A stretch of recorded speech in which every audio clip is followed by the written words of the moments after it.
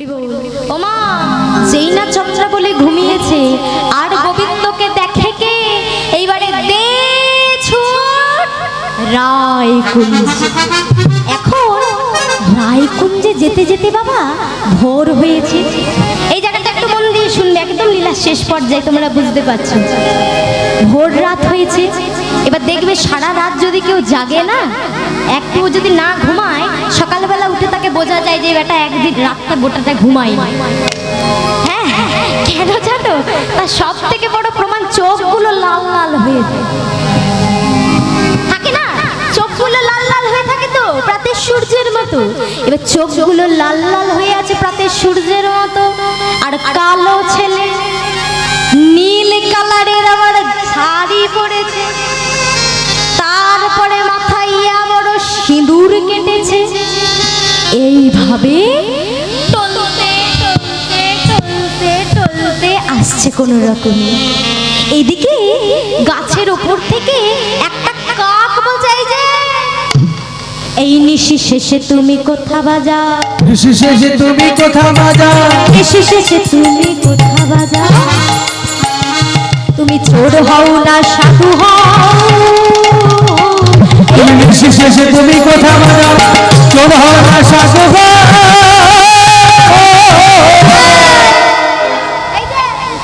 এই মধ্যরাত্রে তুমি কোথা যাচ্ছ? তুমি চোর না সাধু? মা যেই বলেছে চোর না সাধু, রাত্রেবেলা এই দুজনের নামটা কেন করেছে আমাদের মনে একটু প্রশ্ন হবে না? হ্যাঁ কেন গোয়ালা বললো না, দুধওয়ালা বললো না, শিক্ষক বললো না, প্রফেসর বললো না, কেন চোর আর সাধুই বললো? দেখবে বাবা রাত্রে এই দুটি প্রাণী বেশি জানে।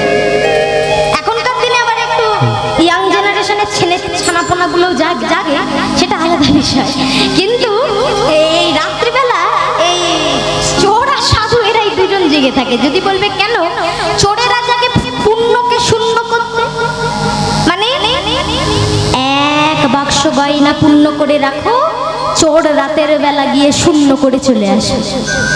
আর সাধু কেন জাগে? এই যে জ্ঞান ভাণ্ডার শূন্য থাকে, সেটা তপ বল দ্বারা, জ্ঞান বল দ্বারা পূর্ণ করতে।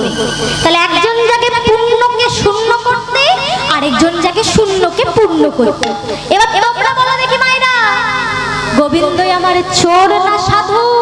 একটু তাড়াতাড়ি বলবে, সময় নাই। এদিকে চোর, সবাই চোর, সবাই, আরে এইদিকে সবাই। গোবিন্দের জীবন গোবিন্দ মনে মনে ভাবছে এদের জন্য সারা জীবনটা করলাম, শেষে একবারও কারোর মুখে আদলো না আমাকে চোর বলতে। সবাই মিলে বলে দিল আমি না কিছু, মানে আমি কি কিছু সাধুগিরি করিনি? মামা ঠিক বলেছি, ছোট থেকে চুরি করেছি, কখনো মাখন চুরি করছি, কখনো কারোর উপরের হাড়ি ভেঙে দিচ্ছি, কখনো কারোর বসন চুরি করছি, তাই না বলো? আবার যদি কিছু না পেয়েছে আরো একটা জিনিস চুরি করেছে, কি বলো দেখি? বলো এর চে চোরার কে বাছে, এর চোরার কে বাছে, এর চে চোরার কে বাছে, এই তো চোরার কে বাছে। এই যে জগজন চিত চোরা, এর চে চোরার কে বাছে, এর চোরার কে বাছে, জগজন চিত চোরা, এর চে চোরার কে বাছে, জগজনের চিত চোরা, আর সাধু, এর থেকে বড় সাধুও কেউ নেই গো। কেন জানো?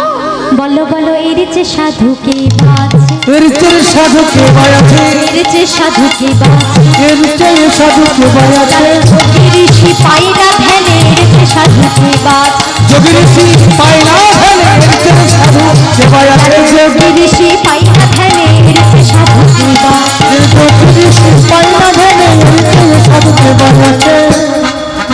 এইবারে গোবিন্দই আমার যখন টলতে টলতে আসছে, ললিতা দূর থেকে দেখেছে নীল শাড়ি পরে কে যেন একটা আসছে। সর্বনাশ, ব্রজে পুরুষ মানুষ নীল কাপড় পরে দাদা বলরাম নয় তো? হায় হায়, মনে হয় দাদা বলরাম কুঞ্জ মাঝে আসছে, তাড়াতাড়ি গিয়ে খবর দিতে হবে। তাই ললিতার সঙ্গে দাদা বলরাম আসছে মনে করে আপ্যায়ন করতে হবে তো। তাই কি করেছে জানো মা? ললিতা নত মুখী হাসি হাসি অঙ্গনে, ললিতা নতমুখী হাসি হাসি অঞ্জলি, ললিতা নত মুখী হাসি হাসি অঙ্গনে, ললিতা নতমুখী হাসি হাসি অঞ্জলি। আসন একটা আসন দেবলয়ানি, একটা আসন দে বলো আদিদি, আসন দেবলয়ানি, একটা আসন দে বলো আদিদি। যেই না টলতে টলতে এসে দাঁড়িয়েছে, এমন সময় সবাই তো মাথায় ঘোমটা দিয়েছে দাদা বলরাম বলে, তাই ঘোমটার আড়াল থেকে না দেখেই সকল সখীরা বলছে ওইখানে বসো, ওইখানে বসো হে, ওইখানে বসো হে, যে আসল পাতায় আছে ওইখানে বসো, ওই যে আসন পাতায় আছে ওখানে বসো হে, যে আসল পাতায় আছে ওইখানে বসো। বলি ওই যে আসন পাতায় আছে ওইখানে বসো হে। গোবিন্দের না এবার ঘুমটা ছেড়ে গেছে এইসব কথা শুনে। হ্যাঁ কি কি বলছো? এইখানে বসুন, এখানে বসুন। হলোটা কি এদের? একে আমি এত দেরি করে এলাম, এদের তো সবার আমার উপর মান করার কথা। হ্যাঁ তা না হয় আমাকে আসন পেতে আপ্যায়ন করে বসাচ্ছে। যাক বাবা, তাহলে বুঝি কেউ মান টান করেনি, আমাকে বুঝি আর কারোর মান টান ভাঙাতে হবে না। আমি যাই বাবা, আরাম করে বসি। গোবিন্দ আমার অতি আনন্দে আরাম করে বসেছে। এইবারে ঘটেছে আসল কাণ্ড। পেছন থেকে রাধারানী এসে জিজ্ঞাসা করে উঠছে, মাতা রোহিণী কেমন আছে? কি হল? আজকে বিনোদিনী হঠাৎ আমাকে দেখে এত বড় ঘোমটা নিয়েছে, তারপরে আবার ঘোমটার আড়াল থেকে মাতা রোহিণীর কথা জিজ্ঞাসা করছে। হায় হায়, তার মানে এরা কেউ আমাকে চিনতেই পারে না। এইবারে গোবিন্দ আমার মানে কাকা কাঁদো কাঁদো স্বরে বলে উঠছে, মানে ও সখী, আমি মানে আমি বলরাম নই গো, বলরাম নই গো, আমি বলরাম নই গো, বলরাম নই গো, আমি রইল জয়, আমি বলরাম নই গো, রামে রইলো বলরাম নই গো। তুমি বলরাম নও? কৃষ্ণ লজ্জা করে না? হ্যাঁ, তোমার কোন সন্ধ্যাবেলা মিলিত হওয়ার কথা, রাত্রি গেল, মধ্যরাত্রি গেল, ভোর হয়ে সকাল হতে যায়, এখন এসেছো আবার আরাম করে বসেছো, লাজ লজ্জা নেই? কথা বলছি, যেই না উঠিয়ে দিয়েছে, কি ব্যাপারটা কি? এত দেরি কিসের? এত দেরি কিসের? মনে ছিল না বুঝি আমাদেরকে অপেক্ষা করতে বলেছো? মানে আর বলো না সখী, আর বলো না, আমি যে কি বিপদে পড়েছিলাম, কি আর বলবো। ও মা, তোমার নাকি আবার বিপদ? আর কি বলবো, কি বিপদ হয়েছে শুনি? আর বলো না সখী, ওই যে গো আমার একটা ছোট্ট বাছুরি হয়েছে না কিছুদিন আগে, মঙ্গলি গো মঙ্গলি। আমি যখন তোমাদের কাছে আসবো বলে বেরিয়েছে, সেই কখন বেরিয়েছে। আর বলো না, আমাকে দেখে আমার ওই মঙ্গলিটা এমন ছুট দিল, জঙ্গলে হারিয়ে গেল। আর ওই মঙ্গলিকে খুঁজতে খুঁজতে খুঁজতে ভোর কখন হয়ে গেছে আমি বুঝতেই পারি। ও মা, তোমার গাভী হারিয়ে গেছে। আর কি বলবো, দুঃখের কথা। তা না হয় ঠিক আছে, মানলাম, কিন্তু গোবিন্দ, এই গোবিন্দ, বলি তুমি তো নীল বসন পড়ো বলে জানি না, তুমি তো পিত বসন পড়ো, তা আজকে হঠাৎ নীল বসন পড়েছো কেন? নীল বসন? আরে কি বলবো, আসলে বিনোদিনীর কাছে এতদিন পরে আসছি তো, এত দেখা করার তাড়া ছিল, সামনে আমার কোনো সুন্দর জামাই পাইনি, তাই একটা দাদার সুন্দর কাপড় ছিল, আমি দাদার কাপড়টা পরে চলে এসেছি। ও বাবা, এটা বুঝি তোমার দাদার কাপড়? হ্যাঁ হ্যাঁ, এই নীল শাড়ি আমার দাদা পরে না গো। এই সখী, নীল আমার দাদা পরে। ও বেশ, তাও না হয় মানলাম। তা এই গোবিন্দ, তোমার কপালে চন্দনের জায়গায় সিঁদুরের তিলক কেন হে? সিঁদুর? ও সিঁদুর, আসলে কি জানো তো, ওই যে গাভীটা হারিয়ে গেছিল না, রাস্তায় দেখলাম হরগৌরীর মন্দির।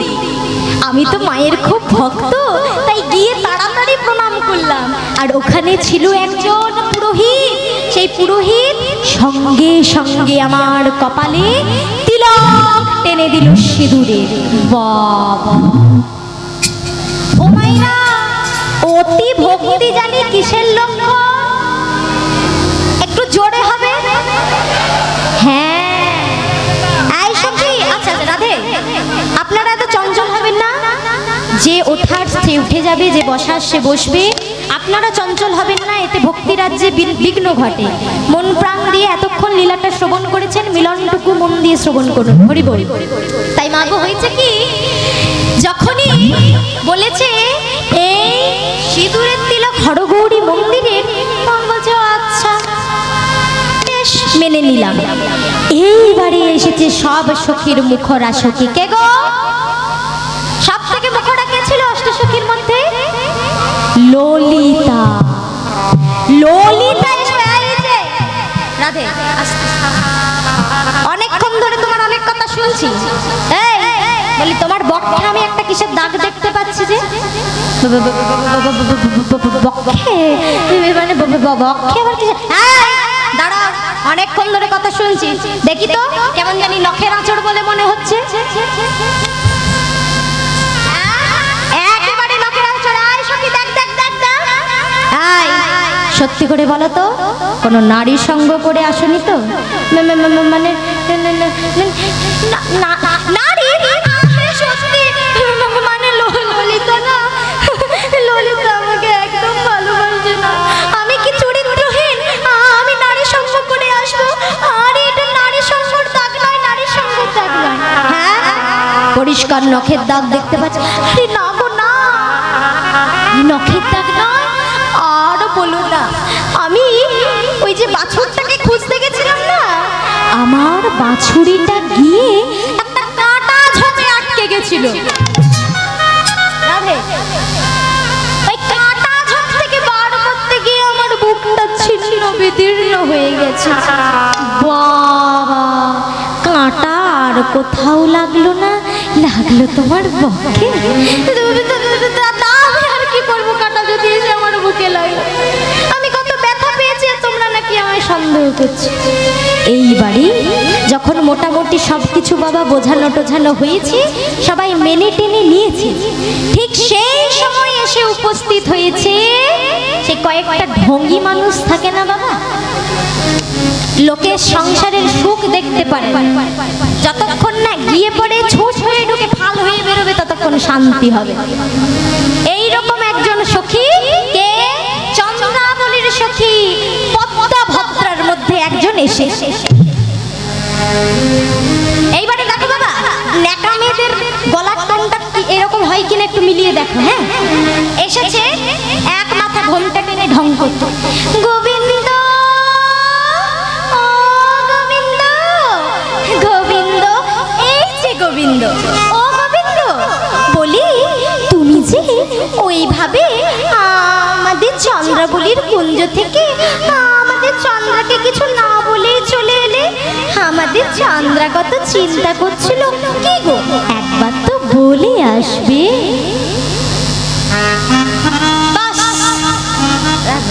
হয়ে গেল, একেবারে এসে হাতে হাঁড়ি ভেঙে গোবিন্দ যে এত কষ্ট করলো, একেবারে বাড়া ভাতে এসে ছাই ফেলে দিয়ে চলে যেত। এইবারে গোবিন্দ কি করবে, আর কোনো উপায় না পেয়ে পড়েছে সব সখীদের পায়ে, আমায় ক্ষমা করে দাও, আমি ভুল করেছি, আমায় ক্ষমা করে দাও, আর আমি করব না। কিন্তু মাগো, রাধারানী আমার মানিনি। একবার যখন মান করে মুখ ফিরিয়ে বসেছে, আর ফিরেও তাকালেন না। ওমা, আজ গোবিন্দই আমার মনের দুঃখ নিয়ে বিদায় নিল। এইবারে যখন গোবিন্দ কুঞ্জ থেকে বিদায় নিয়েছে, তখন রাধারানীর অন্তরে উচাটন শুরু হয়েছে। এতক্ষণ ছিল, এতক্ষণ মান করে পেছন ঘুরে বসেছিল, এবার যে চলে গেছে সেই বাবুর মান ভেঙেছে। তাই এখন বলছে, সখী সখী, আমার বধূ কি চলে গেল? ধন্যি বলি তোরে রায়, তুই তো মান করলি বলেই তো কাঁদতে কাঁদতে চলে গেল, আবার এখন বলছিস চলে গেল। না রে, মানে আমি যদি জানতাম আমি মান করলে আমার বধূ আমায় ছেড়ে চলে যাবে, তাহলে আমি মান করতাম না, বিশ্বাস কর। এই বৃন্দা, তুই তো আমার প্রাণের সখী, জানা জানা, আমার বধূকে আমার সঙ্গে মিলাইয়ে দে, আমার বধূকে আমার কাছে এনে দে। বৃন্দাবতী বলল, বেশ বেশ রায়, আমি যখন আছি তোর কোনো চিন্তা নাই, আমি তোর সঙ্গে তোর বধূকে মিলিয়ে দেব। তাই খুঁজতে খুঁজতে যেই বধূকে দেখলো, দেখে যমুনার ধারে হারায় হারায় হারায় বলে প্রাণ গোবিন্দ কাঁদছে। তখন গোবিন্দের কাছে গিয়ে বৃন্দাবতী বলছে, শোনো গোবিন্দ, আমাদের রাধারানী বলেছে আজ থেকে কিন্তু আর কালো হেরবে না। হ্যাঁ, সর্বনাশ করেছে, কালো হেরবে না? না, ওই যে তুমি কালো, তার জন্য হেরবে না। তা বৃন্দাবনে কাক কোকিল কালো, তোমার রাধার মাথার কেশ কালো, কি করবে? কেশ মুন্ডন করবে, কাক কোকিল তাড়িয়ে দেবে, তবু তোমার মতো কালো আর হেরবে না। তোমার রাধার চোখের মণিগুলো যে কালো, কি করবে? আমাদের রায় বলেছে নয়ন মণি উপরে ফেলে দেবে, তবু কালো হেরবে। হ্যাঁ, সর্বনাশ, তাহলে এবার উপায়, আমি আমার রাধার মান ভাঙাবো কি করে? হ্যাঁ, উপায় তো একটা আছে।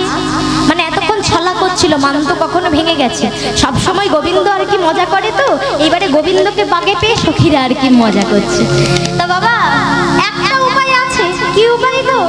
শোনো শোনো, তবে তোমায় বলি।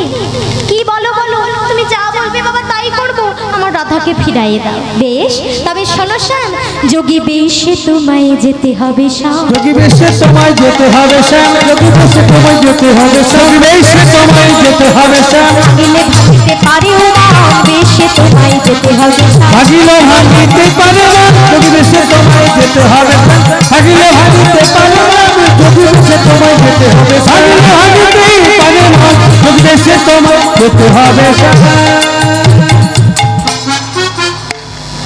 তাই মাগো, আজকে আর কোনো কিছু চিন্তা না করে যোগী বড় বেশি সাজছে আমার প্রাণ গোবিন্দ।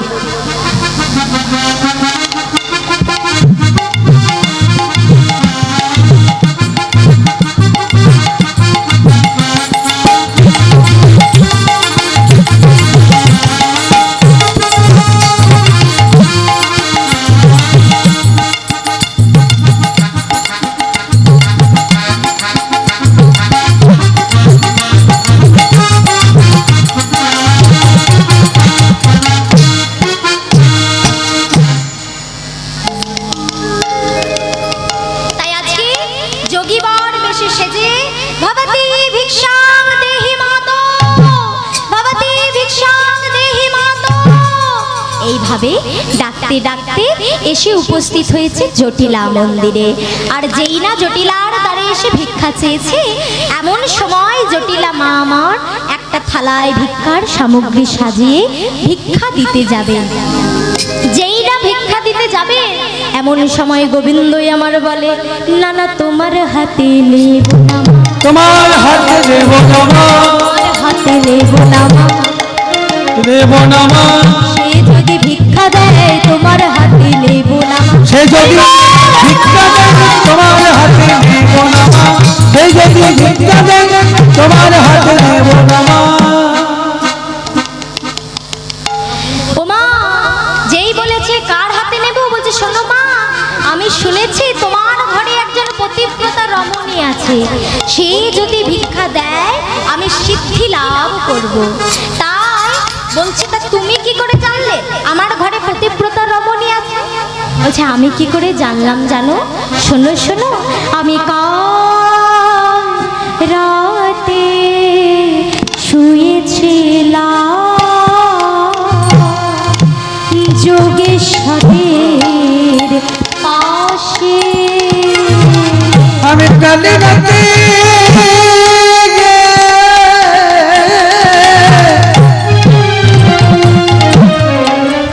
শুয়েছিলাম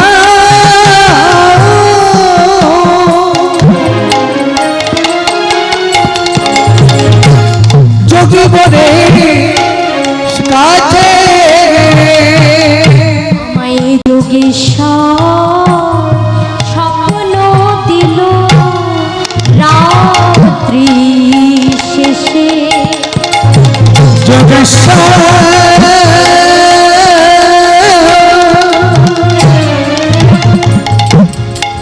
স্বপ্ন দিল রাত্রি শেষে। কি স্বপ্ন দিল জানো মা? শোনো শোনো বলি, ওগো তোমার গৃহে আছে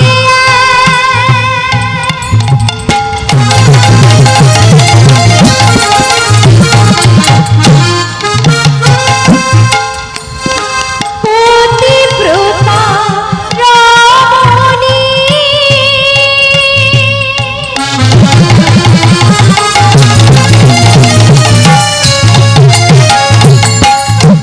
সে যদি ভিক্ষা দেয় তবে সিদ্ধ হব আমি। হতে আছে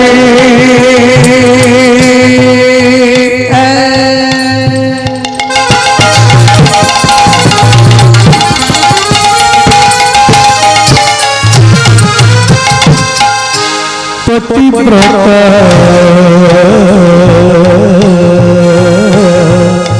রমণী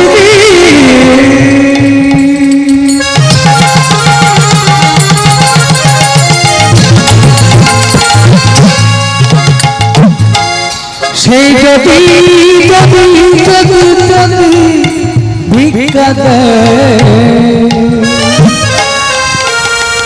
তবে যুক্ত হব আমি তার হাতে ভিক্ষা নেব। আমি তার হাতে হাতে হাতে ভিক্ষা নিব। আমায় সে জানে।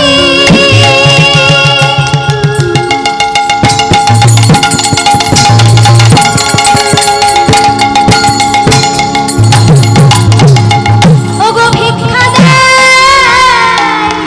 আমি ভিক্ষা সে যদি যদি ভিক্ষা দেয় হাতে ভিক্ষা নেব। সে যদি ভিক্ষা দেয় সে যদি ভিক্ষা দেয় হাতে ভিক্ষা নেব।